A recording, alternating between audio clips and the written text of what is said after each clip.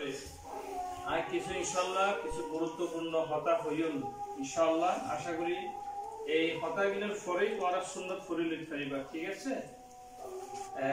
রাসূল সাল্লাল্লাহু আলাইহি ওয়াসাল্লামের ফরমান দে আহাব্বুল আমালি ইলাল্লাহি আদওয়ামহা ওয়া ইন ক্বাল্লা আল্লাহ তাআলার কাছে ওই আমল অতি প্রিয় সবচাইতে বেশি পছন্দনীয় যে আমল সব সময় বান্দা করে যদিও বা তা অল্প কিন্তু যে আমল সব সময় কন্টিনিউ সব সময় যে ব্যক্তি যে মানুষরা যে আমললান হাসান সব সময় গড়া থাকিব নিয়ান আল্লাহর কাছে সবচাইতে বেশি প্রিয় তার কাছে আল্লাহ তাআলার কাছে তোমরা যারা মাদ্রাসা লেখাপড়া করো মাদ্রাসা ইয়ার নাম কি দারুল হিকমত ইসলামিয়া ননে তো তোমরা মা বাপ হলে এত কষ্ট করিওরে তোমরা রে দুনিয়াতে আনিওরে মাদ্রাসা কিয়ল্লা দিয়ে দে